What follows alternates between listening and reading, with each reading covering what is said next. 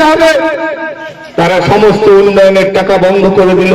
PHE পানীয় জলের যে পাইপলাইনের কাজ আপনাদের এখান থেকে হয়েছে আপনারা জানেন, সেই টাকাও বন্ধ করে দিল মমতা বন্দ্যোপাধ্যায়। এরা যখন উন্নয়ন বন্ধ করেছে, আমি মমতা বন্দ্যোপাধ্যায় যখন বাংলার অবস্থাতে আছি, মানুষ যখন তৃতীয়বার আমার উপরে ভরসা করেছে, উন্নয়নকে বিচলিত করা যাবে না।